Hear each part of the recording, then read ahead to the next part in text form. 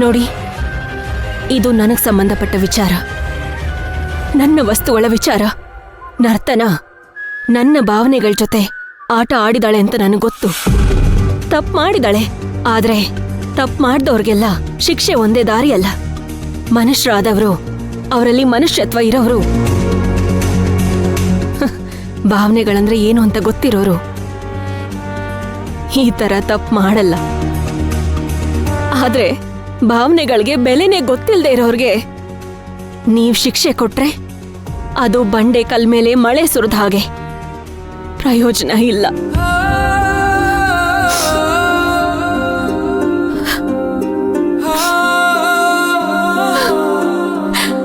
ಇದು ಅವಳ ಕಣ್ಣಿಗೆ ಬರೀ ವಸ್ತುಗಳು.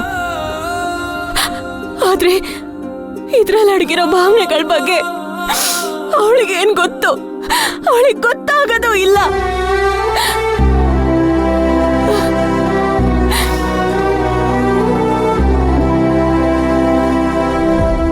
ನೋಡು ನರ್ತನ, ನೀನು ಕ್ಷಮೆ ಕೇಳ್ದಿದ್ರು ಪರವಾಗಿಲ್ಲ. ಆದ್ರೆ ಒಬ್ರು ಭಾವನೆಗಳಿಗೆ ಬೆಲೆ ಕೊಡೋದನ್ನ ಕಲಿ.